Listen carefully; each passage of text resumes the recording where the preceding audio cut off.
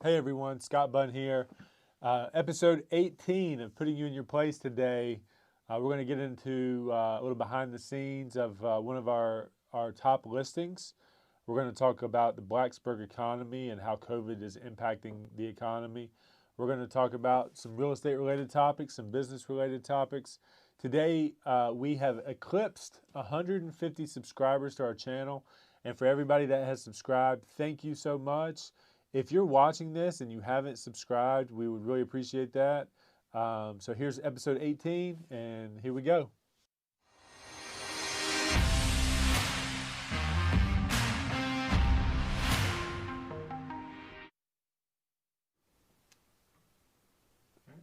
What's up, man? What's up? You doing all right? I'm doing good. I'm a little exhausted. Yeah, but I'm getting good. a little tired too. We've been working so hard, out here.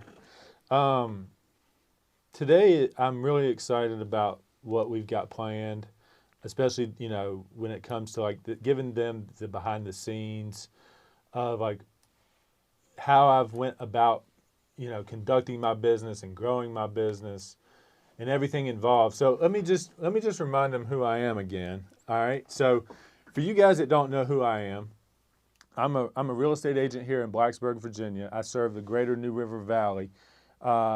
We've been growing our business for really growing our business for the last 5-6 years. We're on pace to do about 90 transactions this year. I'm proud of the fact that I'm a RE/MAX Hall of Famer. I've got 5 people here in the office, 1 virtual assistant. What we're putting out in the community, what we're doing to affect the community in a positive way, I'm proud of that. So now what we're going to do is we're going to kind of give you a little insight of how I was able to do that.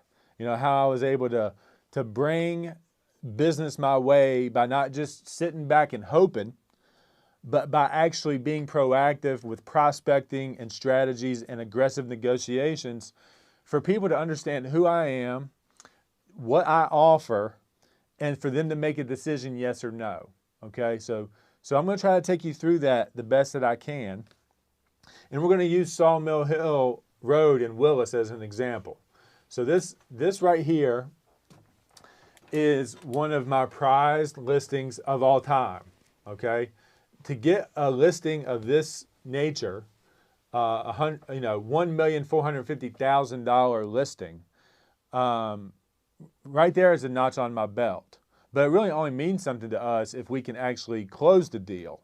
So in the real estate thing, you got to sell yourself, and then you got to execute on your strategy to sell the product. So Pete here, we were able to develop a relationship with him over time. I had to visit the property. I had to meet the guy that was helping him keep the place maintained.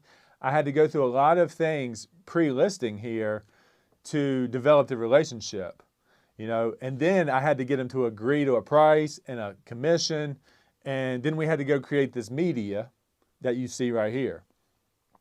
So this has been the core of my business for the last 6 years.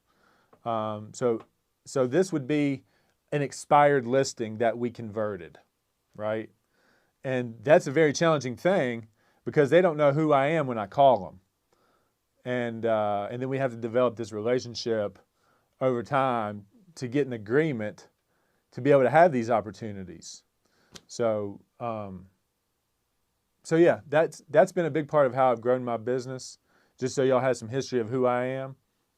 And then what that's been able to lead to is good past clients that are giving me referrals. So that's a big inside look of how I've grown this business to be what it is. Did that make sense? Yeah, no, that makes sense to me. Okay. Yep. So on this particular listing, let's just go through this section right here is mainly for the homeowner. This is what we've done for Pete. Pete Hilton is the owner of this property, and he's trusted us to take on this thing and actually get it sold for him. So let's show Pete, all the media that we've created for him, all the advertising that we've done. If we have something on Facebook, or actually really go to Chime bring Chime up, and let's look up Sawmill Hill Road as a tag and see how many leads we've actually brought in for Pete. All right, hold on. So this is going to be a little bit, you know, like I'm putting things on them they really weren't prepared for here today. So just give us some time to pull this stuff up. All right, search Sawmill Hill. Right, just like that. Go to the people. Okay. Yeah, and then there should be, let's see. You should be able to filter, with the address. So just type in the address right there. I can't see it. Can you start with the house? Can you start with the house number? Oh wait, I could just do that. Okay, yeah, that brought it up. It didn't bring any results up. Do we have it filtered a certain way? Cancel the other filters. Like just reset them. Just reset them because that said today. There we go. Okay, so how many? So that's all of our leads. Now go back and put the address in again. Oh, I see. Yep. Yeah, I can't really see this part of the screen because. Right. Well, either way, that's not working out as good as I would have hoped. But we brought in at least 100 opportunities from the Facebook advertising that we've done. So we're just not as dialed in as we would have liked to be here to show this. But go to one of our Facebook ads and see what the analytics say about the impressions we got. I can just pull this up right here. Doop doo.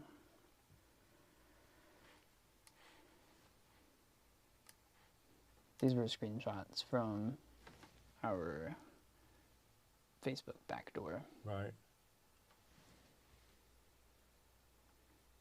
Does that say the results on how many people clicked on the links and things like that? No, not here. Hold on. I'll pull it up on Facebook. So we're doing a lot of advertising through Facebook's platform. That's been really effective for us as far as funneling people into our database here. We probably needed some more prep on actually getting this stuff up. If we're just doing this on the fly too. There we go. All right, so this is the Scott Bun Division page. You can see. Okay, perfect. So you should be able to see the results. This is just for this one. Yeah. So for one ad, we had, we reached, over 7,500 people.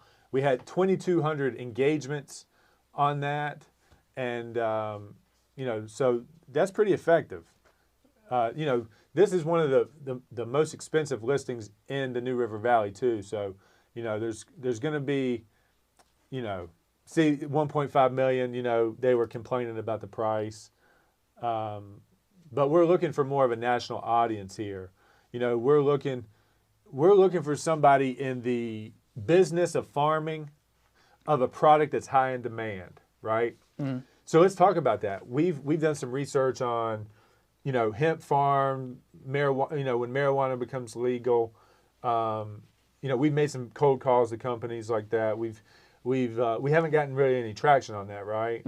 No, it's really hard to get in contact with some of those bigger companies. Yeah. But So any help, we got some really good advice from one of our past clients that does grow. Did we get any engagement off of the Virginia farm thing? What kind of post was put up there? Can you show me that? I don't think we put anything up on that one yet. I mean, we've been so busy with other stuff. Sure. Well, let's try to give that some priority. As far as maybe put out another Facebook ad like this, and just have this on a constant rotation and don't let it ever come off. Because we just need that consistently out there. And if there's any, with the video that we created, if there's any YouTube pre-roll opportunity, can you start looking into things like that? Advertising? I mean, yeah. Okay. All right. So we need to do a little bit more on the advertising side, in my opinion, on this thing. So, even though we've done a lot and we've gotten some good results, I just think, and let's talk about that company that we found that's going to help us with a certain percentage split. Tell me about them again. So we're asking them some more questions because they're they're not being super straightforward with us. Yeah. We can't figure out if they're a broker or not. Yeah. So me and Christy were talking about that yesterday because we were working on a is it the what's that form called? It's the I can't think of the name of it right now, but it's where we refer them. It's a referral form. That's what it was. So we weren't sure if we could do that because we're not sure if they're a broker or not. So apparently there's a legality thing there. So we're asking them some more questions. Gotcha. So we're going to see what... I would think that they are. Yeah. I think they are. But so we're trying to get creative. I mean, this has been one of the most challenging opportunities of my career as well. I mean, it just comes with the price tag.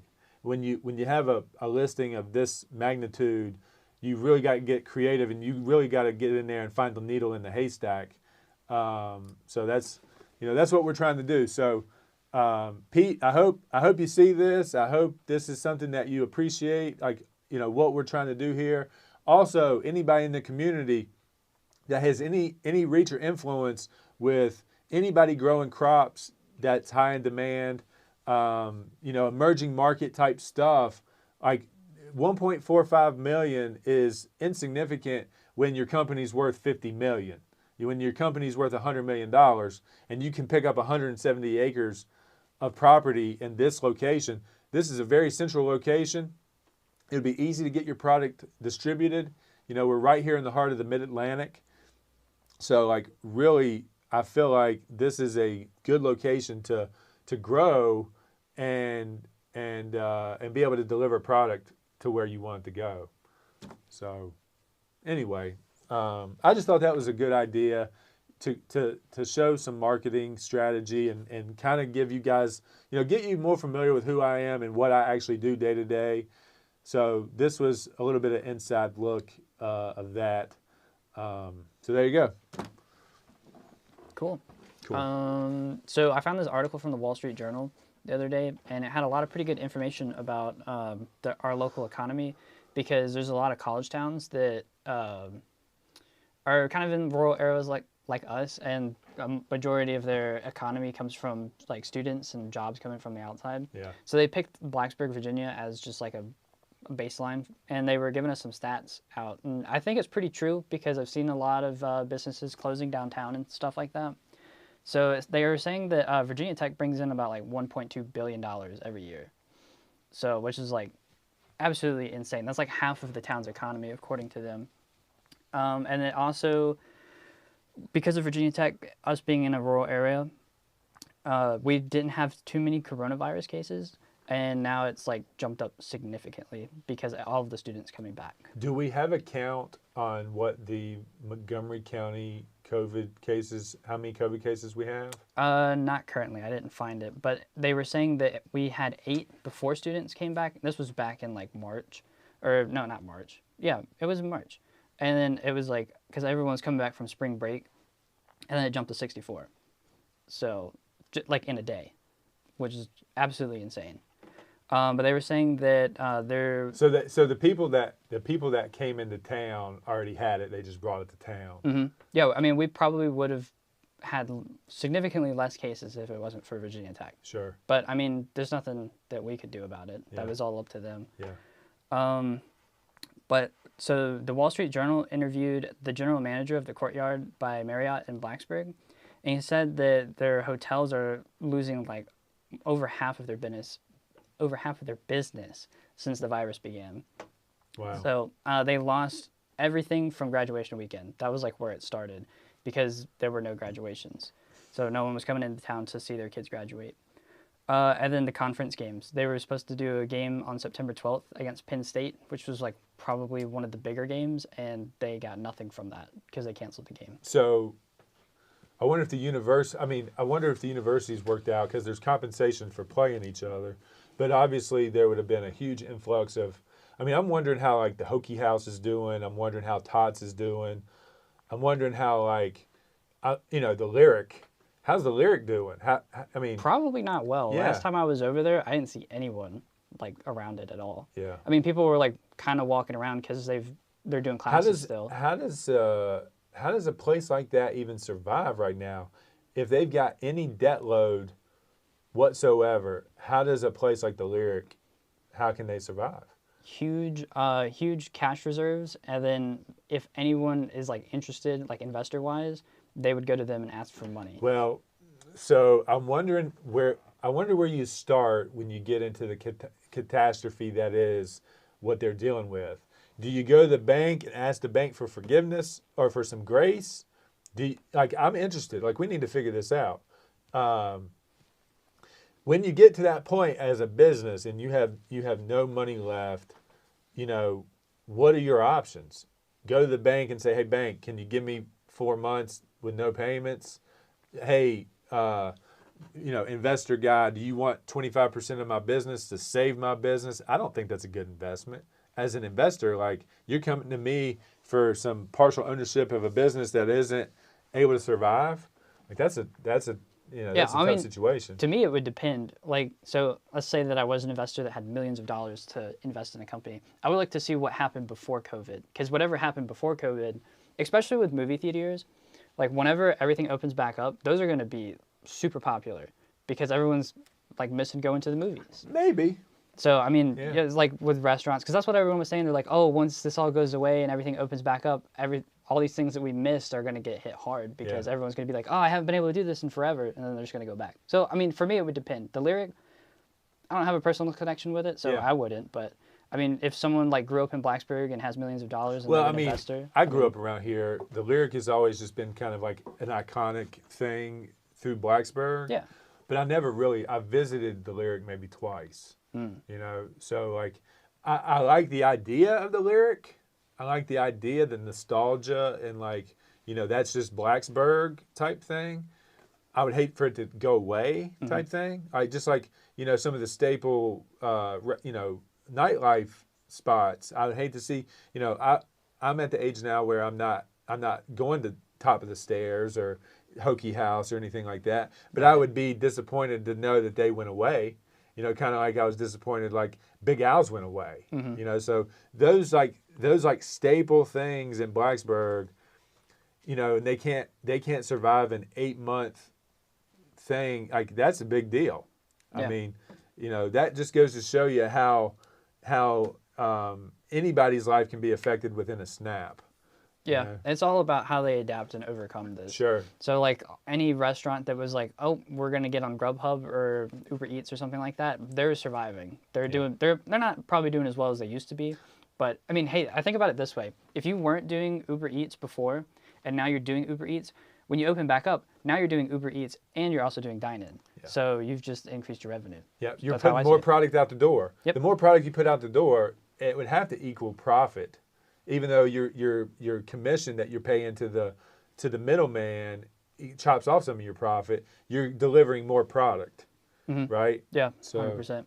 But back to that Penn State game. So apparently football by itself brings in $70 million and 289 physical jobs to Blacksburg. And that's all been they're doing, I think, partial or like limited capacity games now, but that's still not a lot of money that they're bringing in. So and I did the math, that's 5% of what Virginia Tech brings in, like, for the local Blacksburg economy. So now you don't see fans in the stands, but you see advertisements in the bleachers. Sometimes, yeah. I mean, at Lane Stadium. Oh, yeah. At Lane Stadium, yeah. They're all lined up with like brands. So they've sold big brand deals to get revenue from where they were, so when a TV camera rolls by, you see that. So I'm wondering what the offset was, like if they sold enough ads to make up for the ticket sales. Maybe. Maybe. Probably. Because most of their income comes from the TV deals. Yeah. Anyway, it's almost a loss. I don't know for a fact, but I know a lot of people that bring in big gates, they are not a profit. They're not a profit of big magnitudes anyway. So like I'm wondering, to maintain and staff and do everything that would take to clean and just take care of Lane Stadium, do the ticket sales even make them a profit? Probably, yeah. I would say what makes them the profit is the Hockey Club donations, on top of the ticket sales. Yeah, I think a majority of their sales probably come from like concession stands usually, and then Yeah, like items that they sell at the game. sure. I'm sure that there's probably a small profit to the tickets, but probably not enough to change anything. Right. But yeah, so that's the whole thing going on with Blacksburg. The 1.2 billion being lost. Wow. I mean, this was like over. They bring in 1.2 billion a year, so they've been closed. They closed at the end of the spring last semester, and then this semester has been kind of limited. So I'm not sure what the number is going to be, but it's going to be less. Right. But I'm not sure what the number is going to be. But Torque Robotics though gave the Wall Street Journal a piece. They actually do plan on expanding their business. And if you don't know what Torque Robotics is, they do a bunch of self-driving stuff. Yeah. With Blacksburg, or with Virginia Tech, I mean, and they plan on bringing in 350 people, like to expand their business. Do we have anything from their website? I mean, do we have anything to bring up about them? I mean, I can pull up their website. Yeah, let's pull that up. Yeah. Because that's a really interesting thing. You know, these are the types of things that will drive people to Blacksburg. Literally.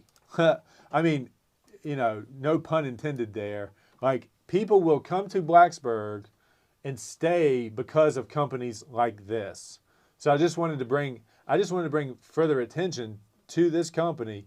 These are the types of companies coming and developing and staying in Blacksburg with deep roots. So we're very hopeful that this is a company that becomes a large cap company that creates tons of jobs and is an innovator within the field. You know, that would be 100% amazing if that happened. Oh yeah, no, they're like right up there with like Tesla. Yeah. Their self-driving technology. I mean, anytime. So this would maybe in conjunction with Tesla, right? Or no? They're kind of their own thing. Okay. I mean, there could be some deal that I don't know about that they're collaborating with, like, this is how our AI works, this is how yours works. Gotcha. But there could be something like that, but they're kind of their own thing. But anytime you ever read anything about the self-driving with Tesla, they always bring up Torque Robotics and a handful of other companies. Gotcha. So this is actually a really big deal. So this is like the flip side of us like losing revenue. Like, they're planning on expanding their business, so it should bring in higher paying jobs back to Blacksburg. Sure. So you know what we're talking about being decimated is the service industry, and the nightlife that people come in and spend money to enjoy their time while in Blacksburg. This type of company is actually more of a foundational, like, this is a solid, like, this is something that is maybe pandemic proof, you know, as far as jobs go. You know, it's not so, you know, they can make adjustments and people aren't going to cluster together so much maybe here. It's more solid of a foundation of employment than the service industry, I guess is what I'm getting at. Yeah, no, for sure. So, like, this is, I mean, and I'm sure they'll probably stay here closer to Blacksburg because there's a bunch of engineers coming out of Virginia Tech that do work with in the automotive industry. Yeah. So they'll probably just stay here so that way they can pick up people coming out of college. I mean, mechanical engineering is they're top 10 in mechanical engineering in the nation, right? Yeah, something like that. Yeah. So, but actually, I found an interesting stat. People are saying that about 2,000 Blacksburg area houses and apartments in the area are just for Virginia Tech fans and alumni. I believe it. So does that sound right to you? Yeah. I mean, there's a ton of volume that gets sold every year for people that are just looking for Blacksburg getaways for sporting events. Yeah. And I can contribute, probably, you know, in 2019, I can probably contribute at least 4 or 5 deals to just that. Yeah. So I mean, not so many this year, but definitely it was happening last year. But see, here's the thing: is there's no condos available in Blacksburg for that right now. Mm-hmm. Those are very scarce. A lot of those condos are being sold in-house where they don't even hit the market. So we can't even really track. You know, unless I'm dominating that area, I don't really know those stats because they're not even showing up in MLS. I didn't know that. Yeah. But I just thought that was interesting because it's like we always look at all the restaurants and everything that are getting hit hard, but like there are so many other industries that are also being hit hard. So like I found that stat and I was like, oh, well, this is probably affecting us significantly. Yeah. Yeah, it is definitely a sad thing. You know, what the economic impact is currently because of no football or no mass like gatherings because of this. I'm interested to see where that shows up within the budgets of the town when sales tax comes in, and how short they're going to be, and what the federal government's going to do to make up for all that. That's going to be highly interesting. Yeah, I mean, I just thought of two things right now. So there's high tax on hotels in the area, so that's where part of their income comes from. And then no one's tailgating, so they're not going to the grocery stores buying a bunch of groceries just for tailgating. And look, the movie theaters, both movie theaters are shut down. Like, sales tax revenue is going to be way down, way lower than projected. You know, Right. For Blacksburg, I mean, Christiansburg is just littered with grocery stores and fast food restaurants and sit down eateries that are allowing customers. I think it's getting a little bit back to normal in Christiansburg versus Blacksburg. You Yeah, know? I'd say so. Yeah, I went to Red Robin's the other day, Yeah. and it wasn't packed, obviously, but it was doing better Right. than it had been. Yeah. I found a cool life hack, sort of, kind of, Yeah. with the Airbnbs. Oh yeah, that is cool. Yeah, I'm So interested. In I talking never about thought that. about using Airbnb like this, but apparently people are going into neighborhoods that they want to move into or cities that they want to move into, and they'll rent out an Airbnb for like 2 weeks to see if they like the area. I didn't even think about doing that, but that's 100%. You could totally do that. Talk about economical. I mean, that's probably far more economical than getting a hotel room for that time.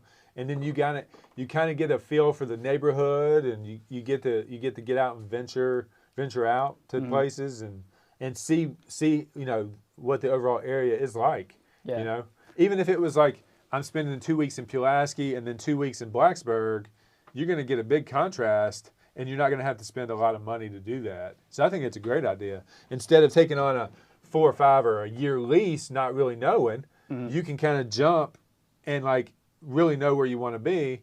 That would actually help speed up the purchasing decision that people want to make, and it wouldn't eliminate you from the market for a year. Yeah, because they can know? just go to you and be like, hey, we stayed in this area, and they'll just like circle it and be like, I want to find a house here. Yeah. And then you can just, whenever something comes up. For boom, that's yours. anybody in transit to the area, that works out perfect.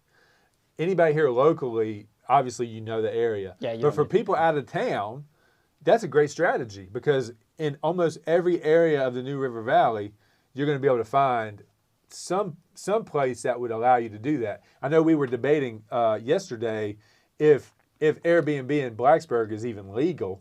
Did we find out anything about that? Well, because so originally, probably like a year ago, I wanted to look into what an Airbnb business would look like, and so I was doing the research, and I just went back and found that old document.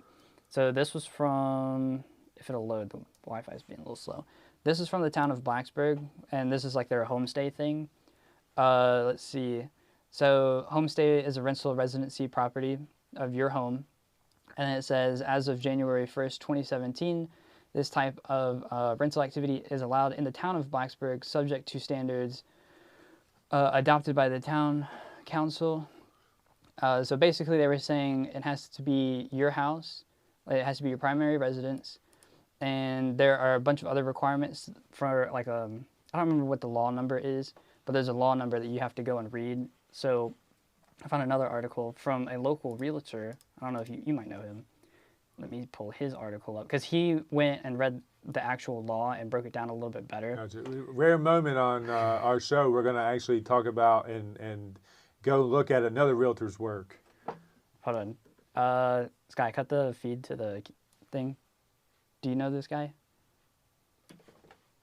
Yeah. You like him? Yeah. Oh, okay. Yeah, Okay, good pull it guy. back up. So Philip Bowling was the one that wrote this article. It's from Coldwell Banker. So Good work, Phil. Let's see. So, 5 things you need to know about short-term rentals in Blacksburg. You may only rent your primary residence. You can rent for a total of 90 nights, and there's a Type A and Type B rentals. We can get into what those are in a little bit.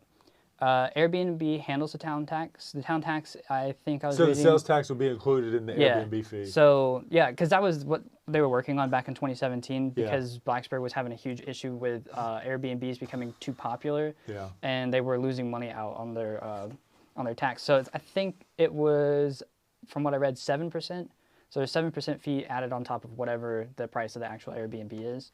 So that's what they get. And then you have to apply with the town and register with the county. This is a huge like process you have to go through to do that. And then you have to keep 14 nights in mind. This isn't a requirement, it's more of a suggestion. The 14 nights has to do with, you don't have to pay taxes on like if it's like 14 nights or something for a short-term rental. That's what, so that's what it says. if it's over 14 nights? In a calendar year. Gotcha. So if it's over 14 nights in a calendar year for that specific property, then you have to pay taxes on it. So the conclusion is like you can do it, but it's like super complicated, and it has to be your primary residence, which is kind of what turned me off from the idea. So what you were hoping to do is gather up a bunch of owners that were Virginia, you know, they came in and bought them a Virginia Tech condo, right? And you were going to collect those many clients, and you were going to do Airbnbs on all of those, and you were going to be the manager of it. Yeah, I was going to start like my own LLC and start like a property management business through Airbnb, and then I was going to do it all this way. But the town of Blacksburg kind of prevents you from doing that. So, I mean, the only thing that you could really do is you could go and find people that are going to rent out the house for less than 90 nights out of the year. And then you could provide them services to like, hey, we'll handle the bookings, we'll handle the cleanings, we'll handle. I mean, but so like even still, it's not. Here's a big portion of what this show needs to be. It needs to be talking truth to power, and this right here is ridiculous. These restrictions here that won't allow people to do what you're talking about and earn a living doing that because there's such a big need. Town council needs to hear. And they need to know that people out here think that that's ridiculous. And as an advocate for real estate, that does nothing but diminish what could be for people that have empty units that could be making money, that could be providing service, that could be doing good for the people that have a demand for this thing. So that's, you know, we keep talking about what the future of this is going to be and what we hope for on this show. These are examples, these are clear examples of what we need this to be. Because we need to take this topic and we need to bring perspective to it to the community. And the community needs to react to this to make changes to ridiculous things like this and have Blacksburg Town Council reevaluate this or get people that are more advocates of these types of entrepreneurial situations on the council. Okay, so that's my view. That's a big opinion. That's a big opinion. But this right here, the Town Council of Blacksburg made these rules, and these rules are so restrictive on growth and opportunity for people. They need to reevaluate that, or we need new people. Well, so I've done a lot of research on this. The rebuttal to this is that whenever you do these Airbnb rentals in a neighborhood, you never know who you're going to get. So if you're in, let's say, a $500,000 neighborhood, the house's average price is $500,000, and then you have some college kid who's like, oh, I'm going to get an Airbnb for a night, and we're just going to throw a party. And then they throw a party, and then it annoys all the neighbors, and it happens over and over and over again. Like, you can do screening to prevent that from happening, but, I mean, it's still, I mean, someone could look clean as a whistle, and then they could come in and just trash the place. Sure. So you never know. So that's the rebuttal to it. That's a risk of Airbnb and the hotel industry in general. No, I know. But so that's a... When it's a hotel, though, it's limited to commercial areas. They're not you don't usually see a hotel in a neighborhood, right? In like a private neighborhood. But now you're introducing hotel life into a private neighborhood. So, I mean, it's pretty risky. Respect on that, but I'm never a proponent of guarding against what so small percentage chance might happen. Let's look at what actually does happen. And I can tell you this, that there's other areas in the country that don't have these restrictions, and I would be interested to know what's happening there. Oh yeah, no, I mean, there was a website called, I think it was called AirDNA, and you can go in, if you pay for their membership, they go down and break down every single area in the whole United States. And they'll tell you, they're like, these are the restrictions for Airbnb here, this is what the town law says here, because they have local people there that want to do it. And you can get around this, and people kind of just roll the dice and do it anyways, and just wait to see what happens. Yeah. But like for me personally, I wanted to start it into its own business, and I don't want to roll the dice on something that I want to turn into. Well, yeah, like, when you're trying to get scale and attention, and you start being successful, see, that's the thing, is when you start being successful with something that is against the rules, then they're obviously going to come and enforce them. Now, Right. you could be a one-off here or there and not really doing it at a high level. But once you start doing something at a high level, you're going to get scrutiny. And this is something I know from the business that I've created, is when you start doing this at a high level, everybody starts looking at you and picking you apart.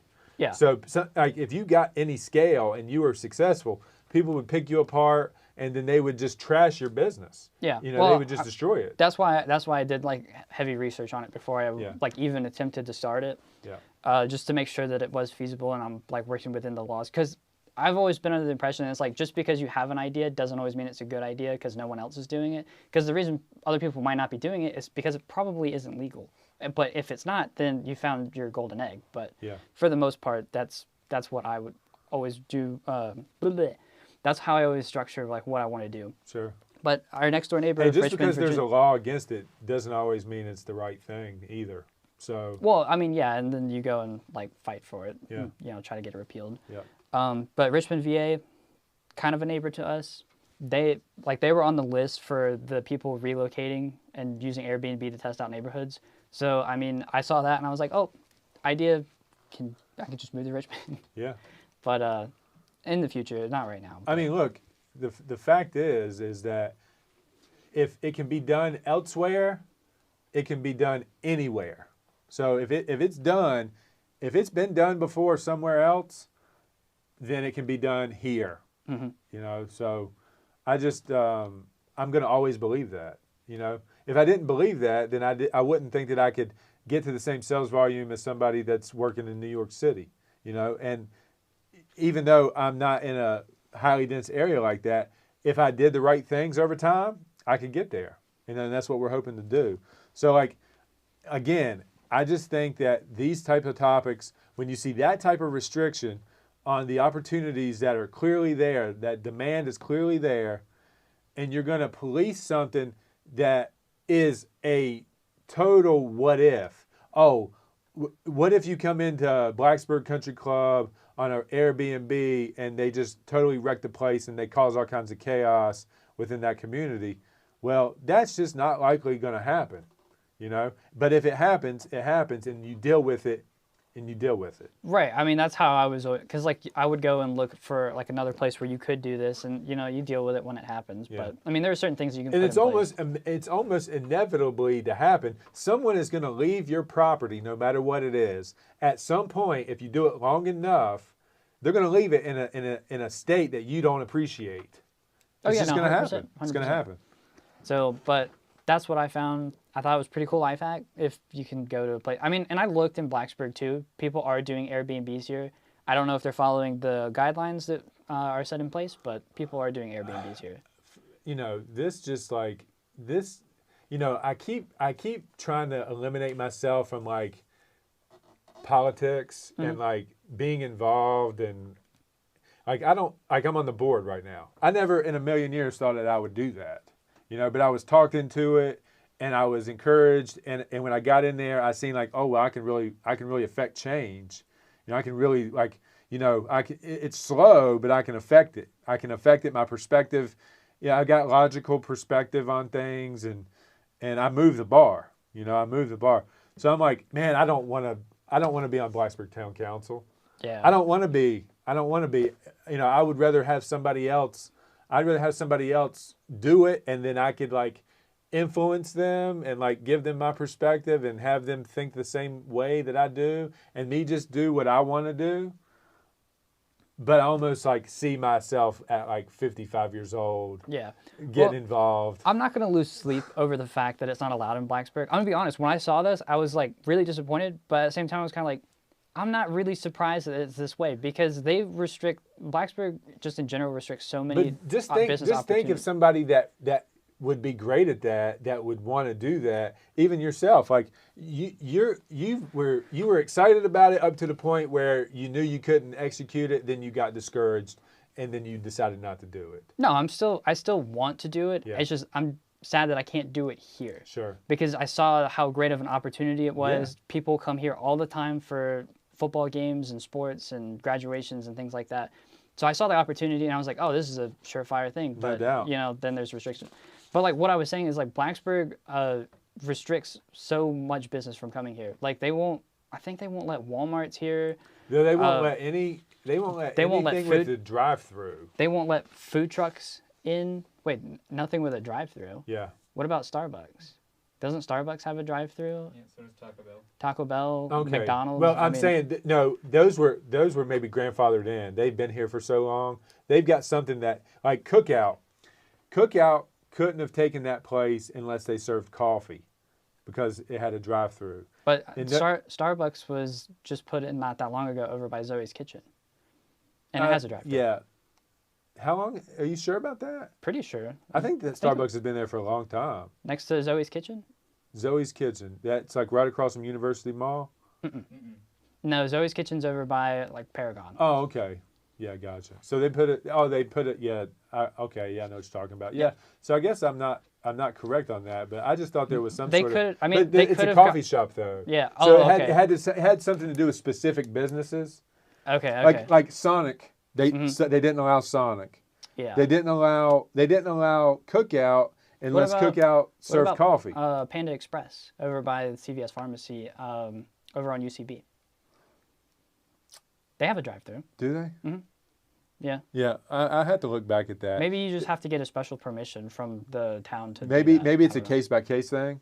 Maybe it was because that was that shopping center. Mm-hmm. It was included in that shopping center or something. I don't know, Maybe. but I know that they've got heavy restrictions on. Yeah, stuff. and like food trucks can't be here either, because like I live just outside of town limits, and I think it was the Chicken Bus, really good chicken, but they could only go to like Cox's driving range and couldn't go past that. So everyone in Blacksburg that wanted to go to the Chicken Bus, they would go to Cox's driving range. See, that's weird because there was. I think they have some food trucks that go on campus. They might be allowed. Those Those are owned by the Virginia Tech. Gotcha. Oh, okay. Gotcha. So So yeah. maybe that's the lobby. Is Virginia Tech food trucks are okay, but nobody else can kind of get shoulder in on their competition. Yeah, Virginia Tech might have some sort of thing with Blacksburg where they're like, hey, we have these businesses, don't let these businesses in. Yeah, Because definitely. I feel like Chick-fil-A would probably be one. Oh yeah. Because there's a Chick-fil-A on campus, but there's no Chick-fil-A anywhere else other than Christiansburg. Yeah. You have to And drive there all really the way needs to be Christiansburg. 2 of them. Yeah, Yeah. everyone loves Chick-fil-A because there are kids I know that go to Virginia Tech that come from places that don't have a Chick-fil-A. And they either have to go spend way too much on Chick-fil-A at Virginia Tech that doesn't have a great menu because their menu is very narrow. So they And then limited they have the menu? Yeah, you can't get all the stuff that you can get at a normal Chick-fil-A at Virginia Tech. So, and I know because my sister works there, and I was like, hey, can you bring me, I don't remember what I asked. I think it was some sort of chicken sandwich, like spicy chicken sandwich. And she's like, oh, we don't have the deluxe Man, version. if they don't have the spicy chicken sandwich, is it even a Chick-fil-A? They had the they had the spicy chicken sandwich. It was the deluxe version that has like the lettuce, the tomatoes, and the cheese and stuff like that on it. Yeah. I think that was what it was. They might have it now, but Gotcha. that wasn't there. But yeah, we went way off topic, but that's how Blacksburg is. I mean, Blacksburg is like, and they're losing money from Virginia Tech. They're not allowing certain businesses. I mean, it just seems like a mess. Yeah, somebody Between needs these two articles that these two topics that we just talked about, it seems like Blacksburg's in a mess. Yeah, and their restrictive nature is not helping. The restrictive nature on innovation and growth and opportunity and entrepreneurial, like I said, innovation. Having opportunities to grow and do things and bring in revenue. Now they're just solely reliant on their tax base.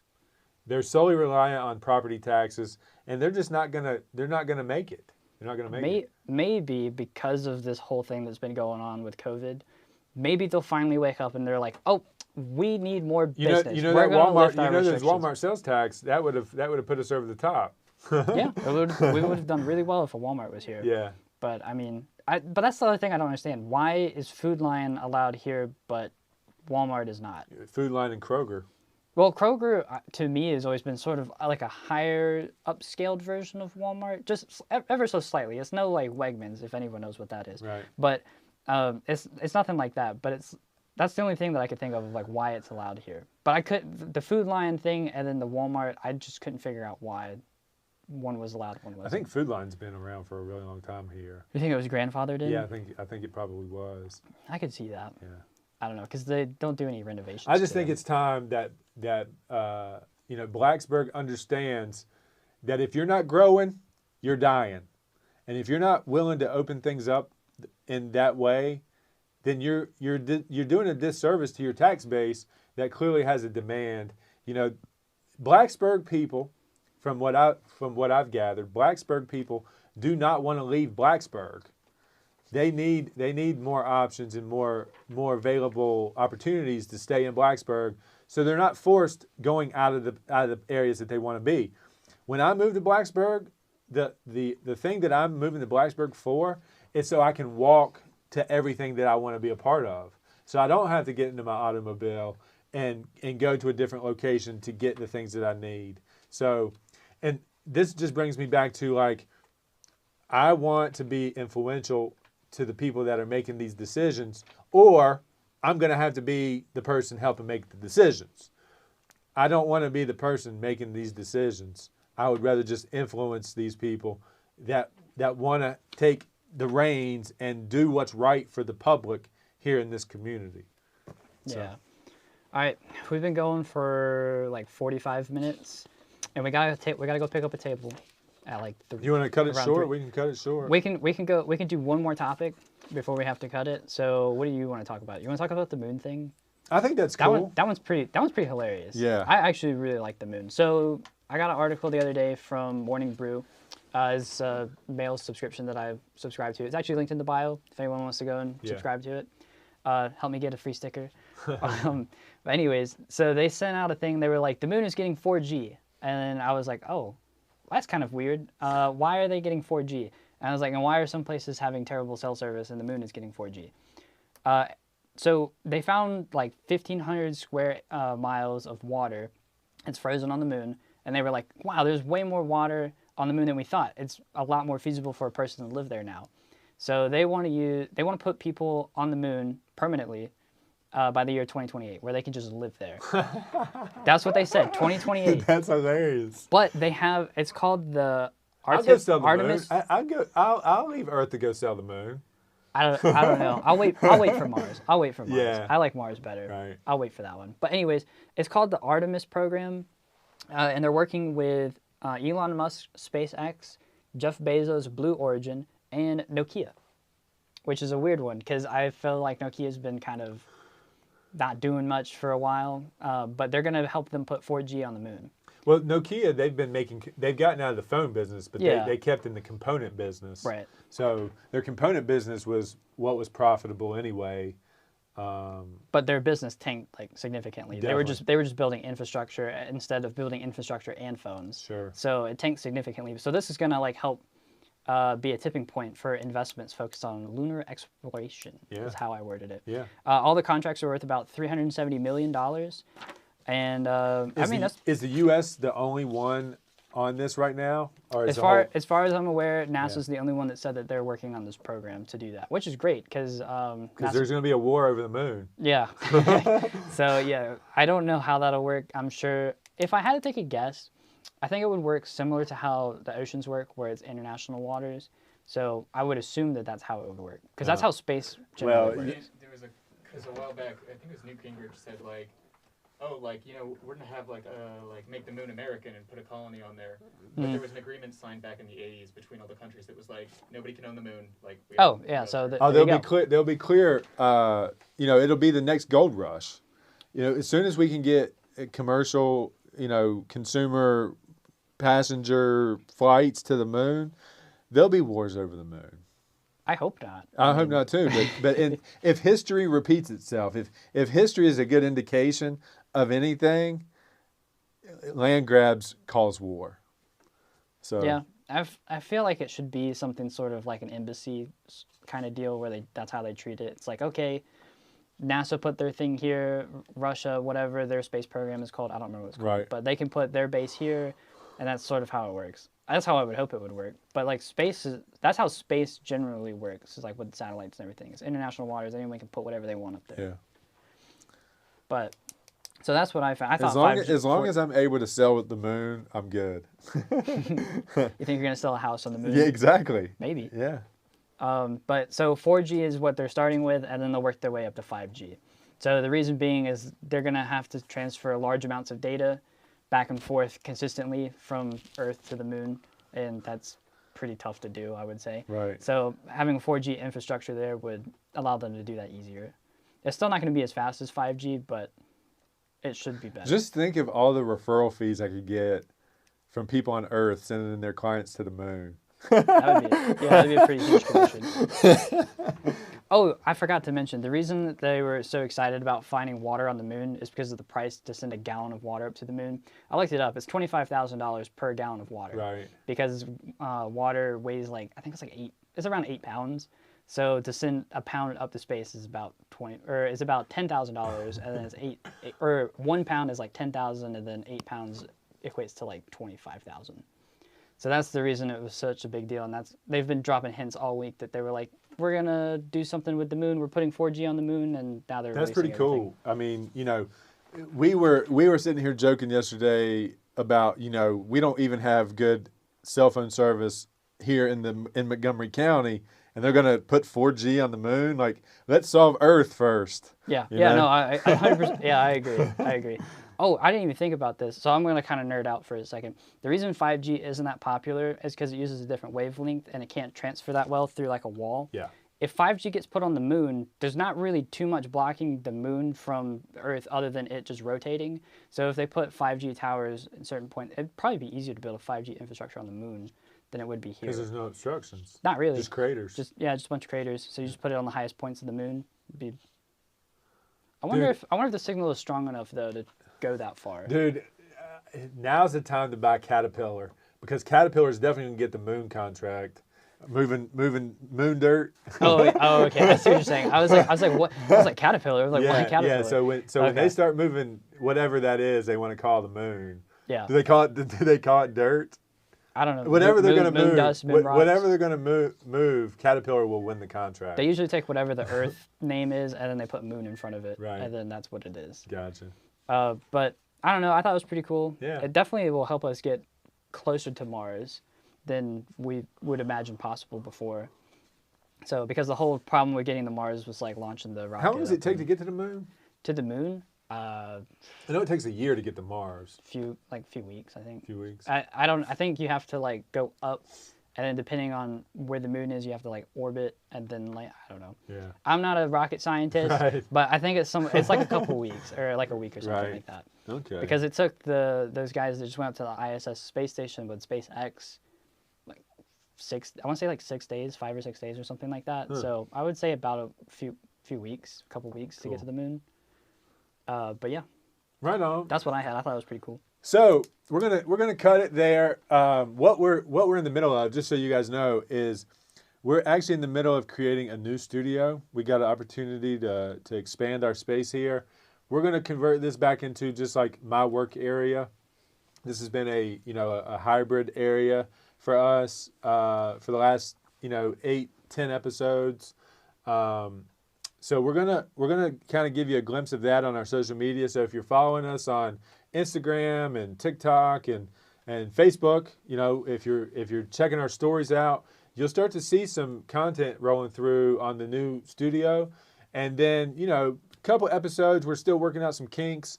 We're gonna be actually live streaming this on Facebook at the same time as we're streaming this here on YouTube. So you'll be able to catch us in both spots here soon. So I hope that really does what we think it's going to do. I think it is. But really, YouTube is our our foundation. We want to drive everybody to YouTube, and so we appreciate you guys being here and sticking it out here with us.